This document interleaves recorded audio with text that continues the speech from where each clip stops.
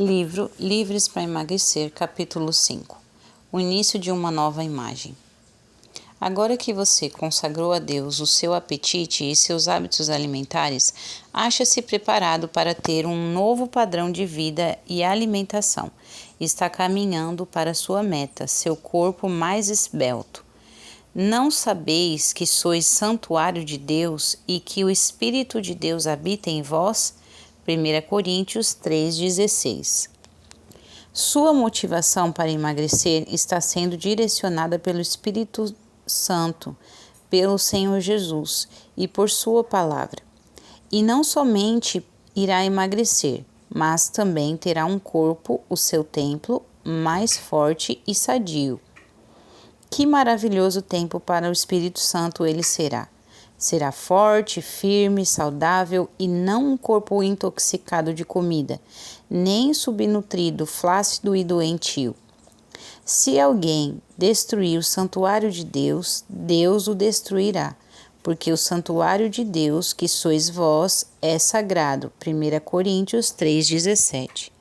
Você terá um corpo cheio de força e vigor, em vez de um ser pesado, mas subnutrido. Será mais leve, revigorado e terá mais energias. Certa senhora que estava com 22 quilos acima do peso que devia ter, e talvez até mais, confessou que tinha medo de emagrecer. Preciso de reservas de peso caso adoeça, explicava.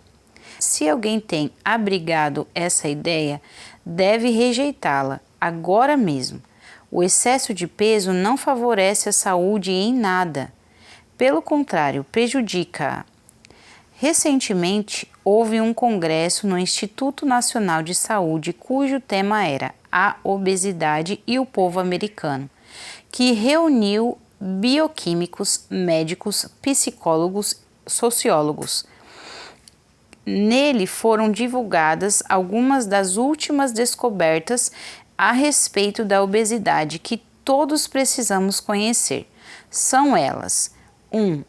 Os homens de menos de 39 anos que sempre foram gordos correm maior risco de terem distúrbios cardiovasculares e diabetes.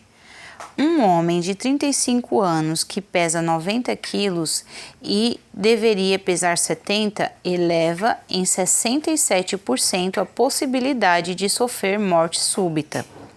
O excesso de gordura em pessoas adultas pode ser causado de diabetes, doenças cardíacas, pressão alta, distúrbio da vesícula e câncer uterino. Os homens obesos estão mais sujeitos a sofrer morte súbita e o risco de morte prematura é maior para os homens gordos do que para as mulheres. 5. Se todas as pessoas fossem mais magras, o índice de moléstias cardíacas teria um declínio em torno de 35%. O Dr. William Kennel, que dirigiu um amplo estudo sobre a questão da gordura excessiva, fez o seguinte comentário: depois de abandonar o cigarro, a medida mais importante para o controle de distúrbios cardiovasculares é a correção do excesso de peso. É preciso que haja maior conscientização sobre a gravidade da obesidade, afirma o Dr. Kennel. Temos que aprender a tomar providências imediatas para tratar de crianças obesas, assim como tomamos logo que uma mulher descobre que tem um caroço no seio. Esse problema é de ordem pública e não apenas uma questão entre médico e paciente. Edvard Liu, um expert em estatísticas da Sociedade Americana do Câncer, informa que a partir dos 35 anos, os homens que tiverem um excesso de peso equivalente a 20% do seu peso ideal estão reduzindo em 5 anos e meio o seu tempo de vida. Existe uma crença muito arraigada de que gordura é sinal de boa saúde, mas isso não é verdade. Antigamente, magreza era sinônimo de fome e a perda de peso era atribuída a doenças. Mas precisamos mudar essa mentalidade, devemos pensar assim: ser magro é ser saudável. Não estamos querendo dizer que as pessoas precisam ser magras e esqueléticas, não. Cada um deve ser um instrumento adequado para o mestre usar. No capítulo anterior, mencionamos que cada um deve perguntar a Deus qual o seu peso certo. Se alguém tem apenas 1,5 m de altura e acha que ele lhe disse que seu peso ideal é 90 quilos, será bom ler um pouco mais a palavra de Deus. E conhecereis a verdade, e a verdade vos libertará. João 8,32.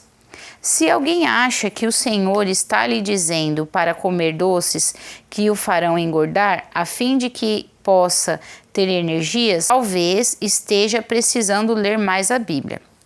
Deus não iria recomendar a seus filhos amados uma dieta de alimentos açucarados, que não nutrem o corpo. Também não prescreveria alimentos gordurosos e engordantes que, na verdade, roubam energia do organismo.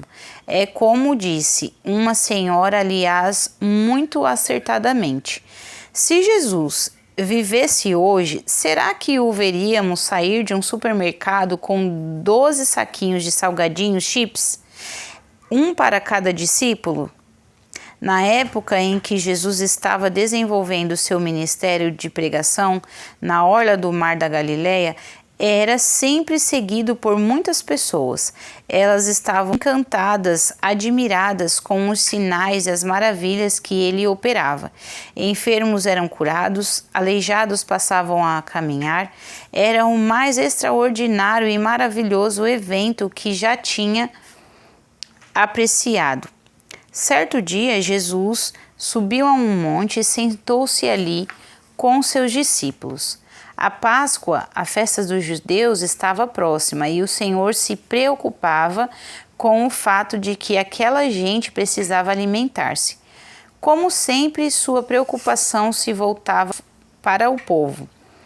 Num dado momento, quando ergueu a vista, viu as multidões que se aproximavam. Ele sabia que o acompanhavam em meio ao calor e à poeira, formando grandes aglomerações e que estavam com muita fome. Felipe, onde compraremos pão para essa gente? Indagou ele. Observemos que ele disse pão e não onde compraremos doces para essas pessoas recuperarem prontamente as energias. Mas eles não tinham dinheiro suficiente para comprar alimento para tanta gente. E foi então que André disse ao Senhor: há um garoto aí que tem 5 pães e 2 peixes. Para Jesus isso bastava. Mandem o povo se sentar, disse. Iam ter um banquete. E o banquete que aquela multidão cansada e faminta saboreou foi uma refeição rica em proteínas, da qual poderiam comer o quanto quisessem. Jesus pegou os pães e deu graças. Em seguida, distribuiu-o entre as pessoas ali sentadas. Depois fez o mesmo com o peixe. Todos comeram fartamente e no fim ainda recolheram 12 cestos dos restos. O Senhor multiplicara uma refeição nutritiva. Se é de energia que você precisa, coma proteínas e não doces. Lembramos sempre que nosso objetivo ao alimentar é obedecer às orientações de Deus pelo poder do Espírito Santo. Deus quer ajudar-nos a ter uma vida de obediência, mas para isso temos que nos render totalmente a Ele. Nossa atitude deve estar em perfeita consonância com sua vontade. Nosso compromisso com Ele tem que ser total. Temos que fazer das metas dele as nossas metas e estar sempre atentos para obedecer-lhe e obedecer-lhe na força do seu poder. Quem se rende totalmente a ele não corre o risco de fracassar. Porque os que se inclinam para a carne cogitam das coisas da carne, mas os que se inclinam para o Espírito, das coisas do Espírito. Romanos 8, 5. Você já orou entregando a Deus tudo que diz respeito à sua alimentação? Já consagrou a Ele sua vida? Todo o seu ser pertence-lhe inteiramente. Rendeu tudo ao Senhor? Agora, seus desejos, apetites, anseios, sonhos, ideias e pensamentos, todos pertencem a Ele.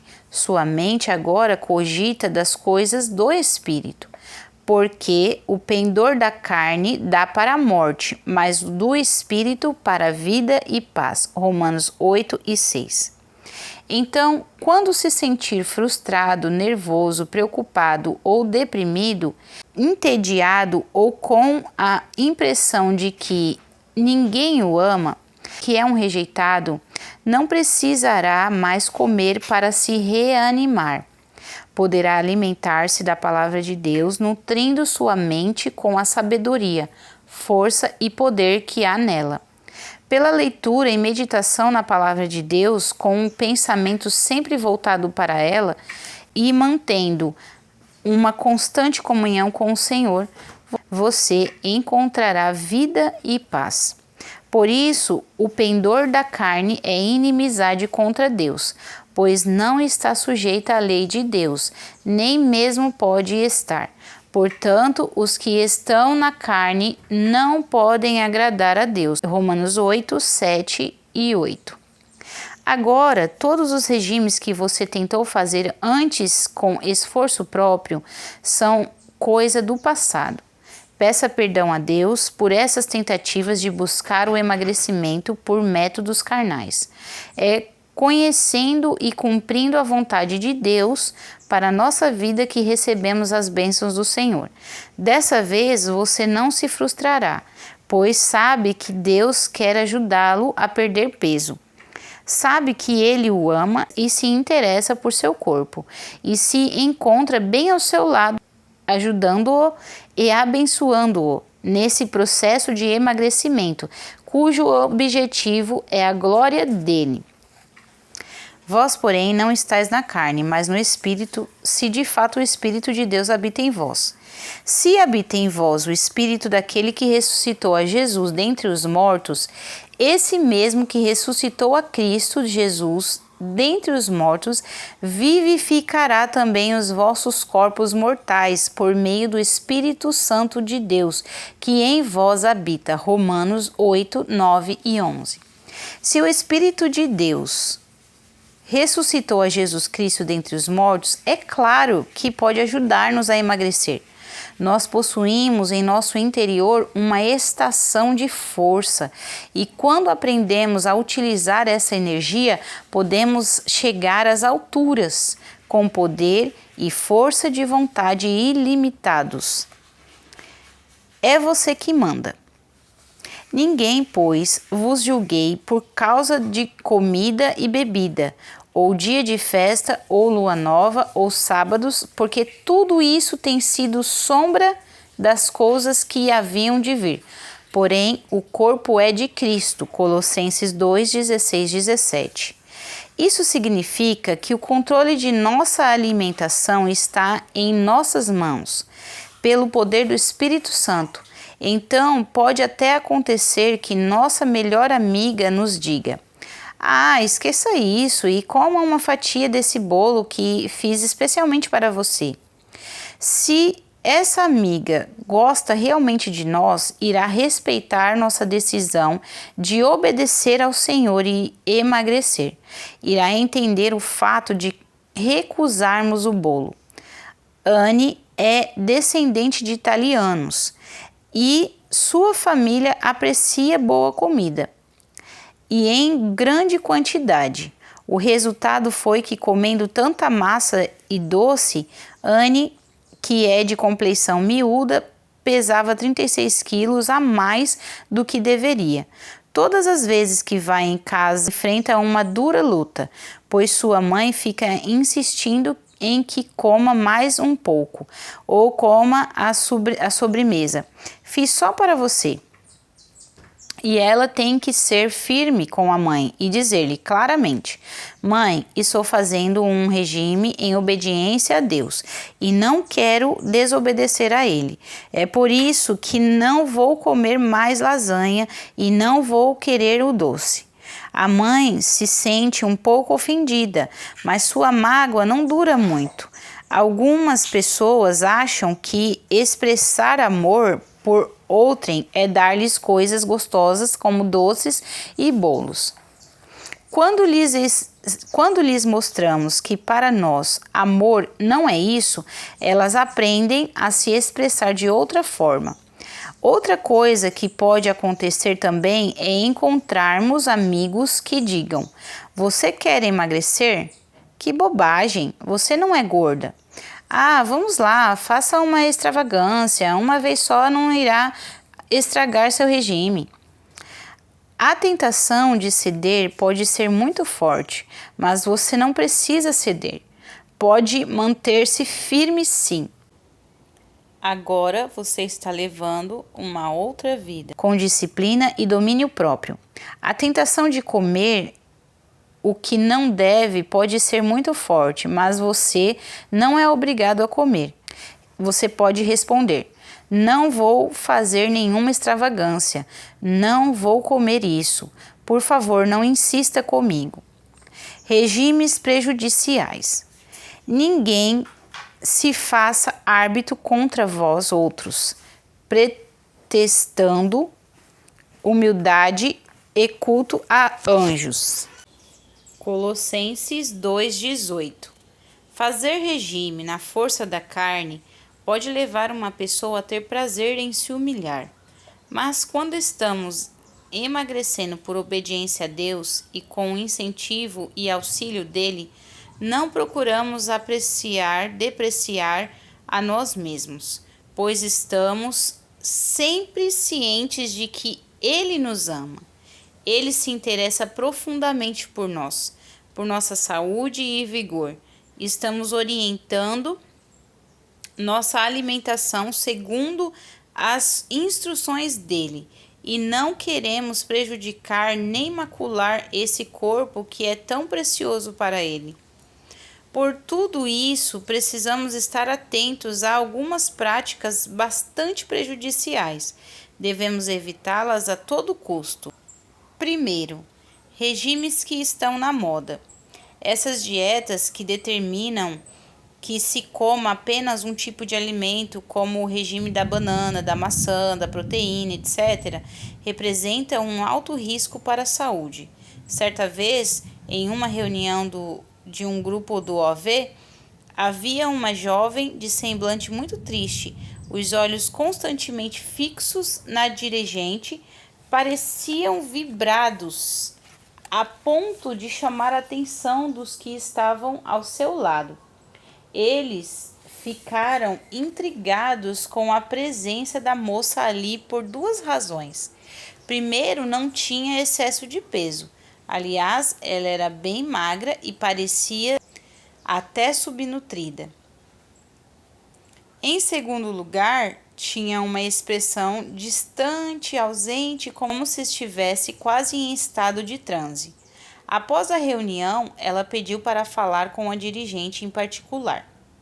Contou-lhe que acabara de perder quase 30 quilos, fazendo um regime de proteínas líquidas, mas agora estava com sérios problemas, pois o tecido do músculo cardíaco ficara danificado. E além disso, estava sofrendo de desequilíbrio nervoso. Para piorar tudo, sentia medo de comer. Sempre fora muito gorda e receava engordar de novo, se voltasse a alimentar-se regularmente. Quando Deus abençoa nosso programa de emagrecimento, Ele não impõe prejuízos ao nosso organismo, nem danifica o coração, nem destrói nossas personalidades. Também não nos enche de temores, de medo de comer. Ele opera da maneira terna, suave ensinando-nos a alimentar-nos corretamente, para nunca mais termos excesso de peso. O Dr. Philip White, diretor do setor de nutrição da Associação Médica Americana, afirma que se gasta mais dinheiro em inúteis programas de cura da obesidade do que em todas as outras pesquisas médicas reunidas, e os americanos estão cada vez mais gordos. É inútil uma pessoa tentar um programa de emagrecimento sem fazer uma reformulação do seu estilo de vida, pois é o que causa o excesso de peso, diz ele. Segundo, jejuar com o objetivo de emagrecer. Para o gordo, fazer um jejum é tão perigoso como uma comilança. Jejuar é uma prática extrema, comparável a comer em excesso. Se alguém deseja jejuar, que o faça então para orar e interceder, mas, por ora, não jejue com o objetivo de emagrecer. O que acontecerá é que depois recuperará tudo o que perdeu, e seu esforço terá sido inútil. Em algumas clínicas, no entanto, de pessoas mórbidas, obesas, emprega-se o método do jejum para iniciar.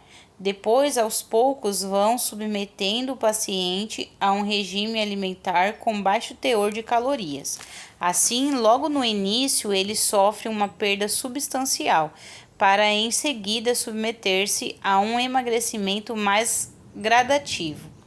É claro que quem jejua emagrece muito no princípio, mas essa perda não é mantida. Um gordo suporta melhor um jejum prolongado do que um magro.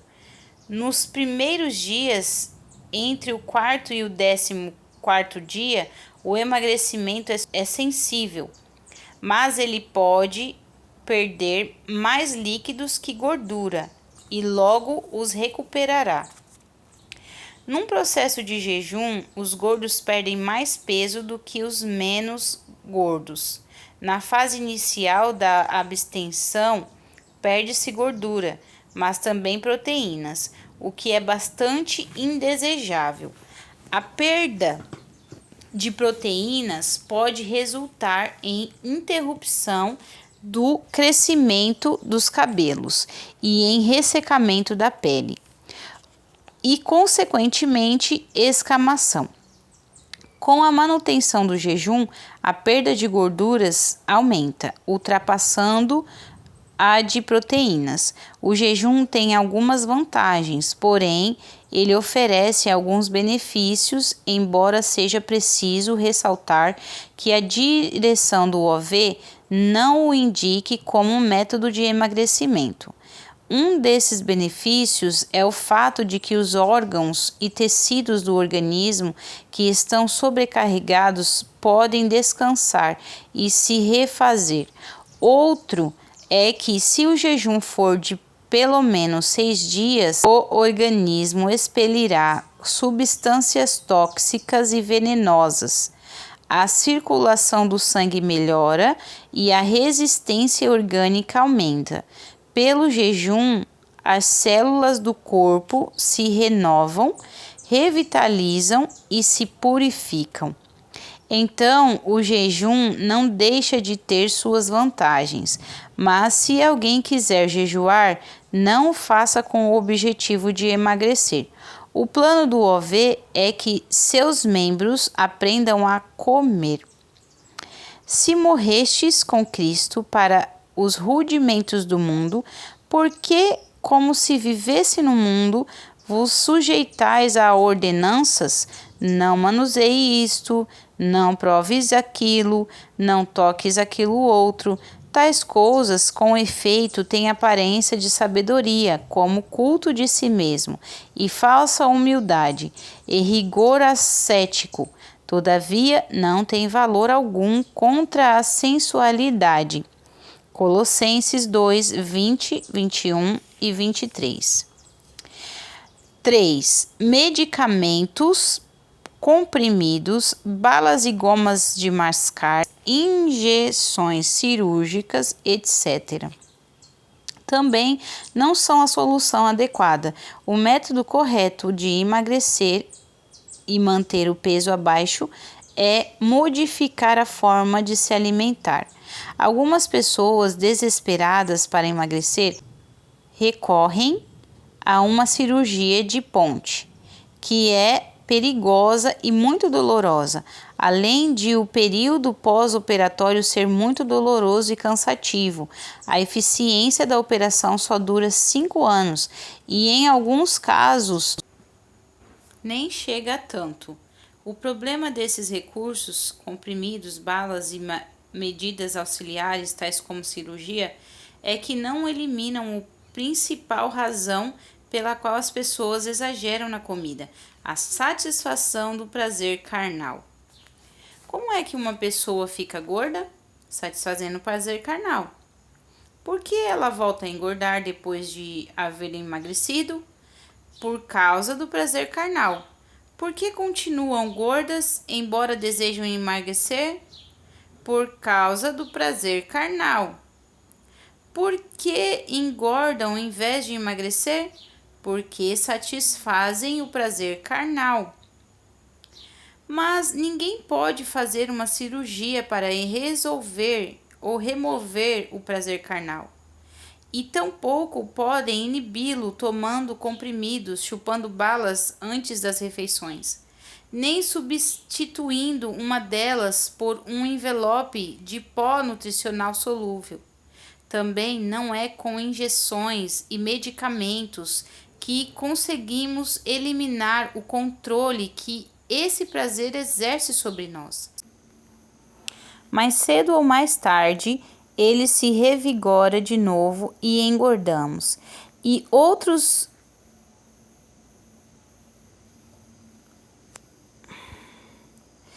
os outros estranhos métodos de emagrecimento que existem por aí, tais como hipnotismo, acupuntura e vômitos, também não dão resultados permanentes, não têm valor algum contra o prazer carnal.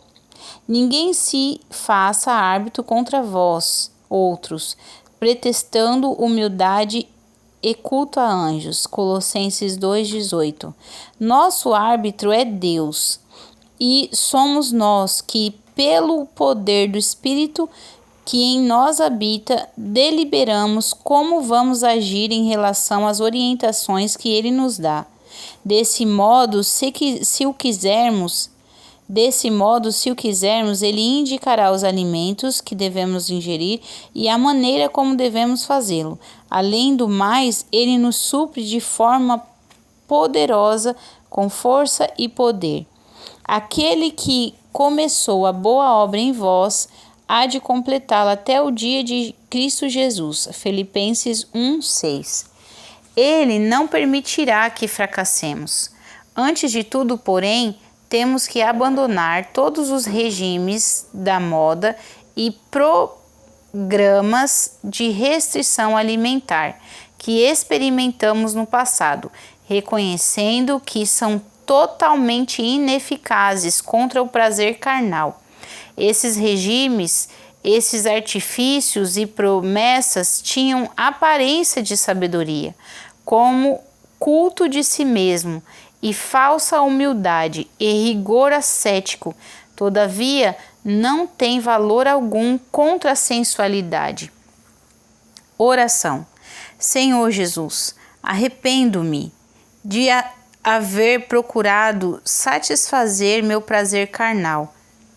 Confesso que já tentei emagrecer antes, mas sem atentar para a tua vontade nessa questão. Perdoa-me, Senhor, por não haver me apropriado da sabedoria e poder que nos concede tão liberalmente. Sei que tu me amas e por isso não vou prejudicar meu corpo, nem me render à humilhação. Abandonarei os hábitos alimentares que não te agrada. Abençoarei meu corpo em nome de Jesus. Em nome de Jesus, agora derroto o prazer carnal. Daqui por diante vou viver e me alimentar de uma nova maneira, de acordo com a palavra de Deus e no poder do Espírito Santo. Abandono os antigos hábitos que foram inúteis e assumo um novo e belo hábito, belo, positivo, modo de ser e agir. Um novo e belo e positivo modo de ser e agir. Minha confiança agora está posta no Senhor e não em regimes e outros artifícios. Este momento, no santo nome de Jesus Cristo, recuso-me a confiar em regimes da moda, em comprimidos, medicamentos, jejuns, cirurgias ou qualquer outros recursos vãos. Só fazem promessas. Declaro-me liberto dessas coisas. Declaro-me liberto dessas coisas que têm aparência de sabedoria. Agora estou livre para emagrecer pelo método de Deus. Em nome de Jesus Cristo. Amém.